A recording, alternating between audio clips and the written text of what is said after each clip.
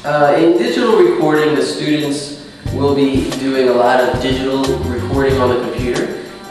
They're going to be recording audio from an internal microphone. They're going to be recording audio with professional quality microphones. They're also going to be recording their keyboard, and they're going to learn some of the basics of audio such as cut, copy, paste. They're going to learn how to use effect plugins. And what we're working on right now is actually the students are learning how to read music a bit, some basic music, and they're recording from their keyboard, and also you're using loops in conjunction with all of that. The students will be using iMac computers. We'll be using GarageBand and Peak software. In addition, they'll be using Korg keyboards, electronic keyboards with built-in sounds and also MIDI capability. And finally, they'll be using some professional audio equipment such as professional microphones, and they'll be using stands and cables and some CD recorders. We have a lot of projects. I think there's 13 projects now. I guess they fall into some different categories. The projects we're working on right now are music-based projects where the students create their own music. They're recording from the keyboard. They're using loops built into GarageBand to create songs. Prior to that, students do some more audio-based projects where they import music, add fades, or add sound effects. One of the projects that was just completed before winter break was a movie soundtrack project where the students create sound effects, music, and dialogue for a video. I think out of Digital Recording 1, the students should have a basic knowledge of audio concepts, such as adding effects or plugins, how to do some basic functions like cut, copy, and paste, how to import music or record sounds.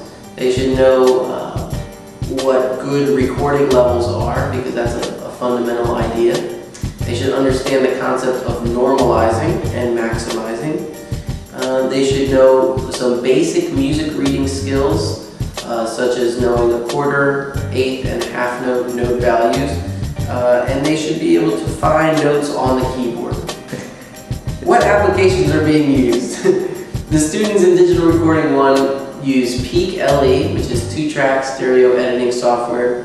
And they also use GarageBand, which is a multi-track recording and editing software that also includes loops and software instruments.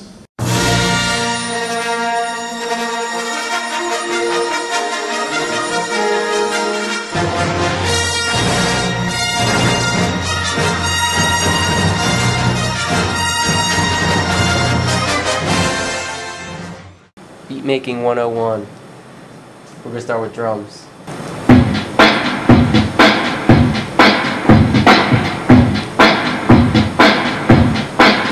Find a tambourine.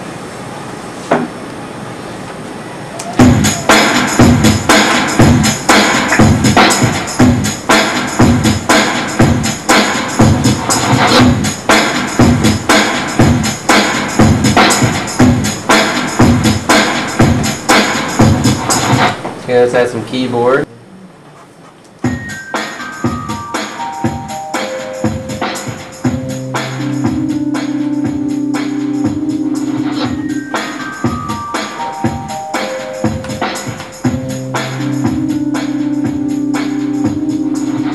Now we'll add some keyboard stuff.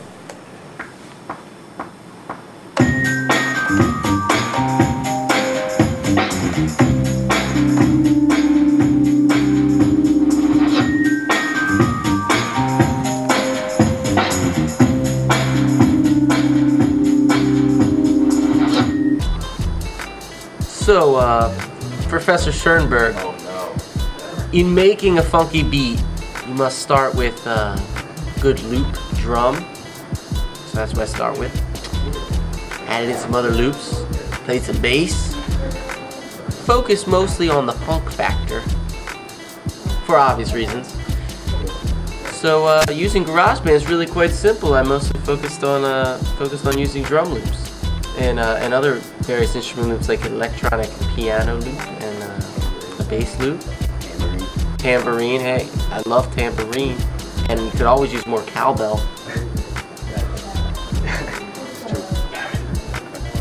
That's great.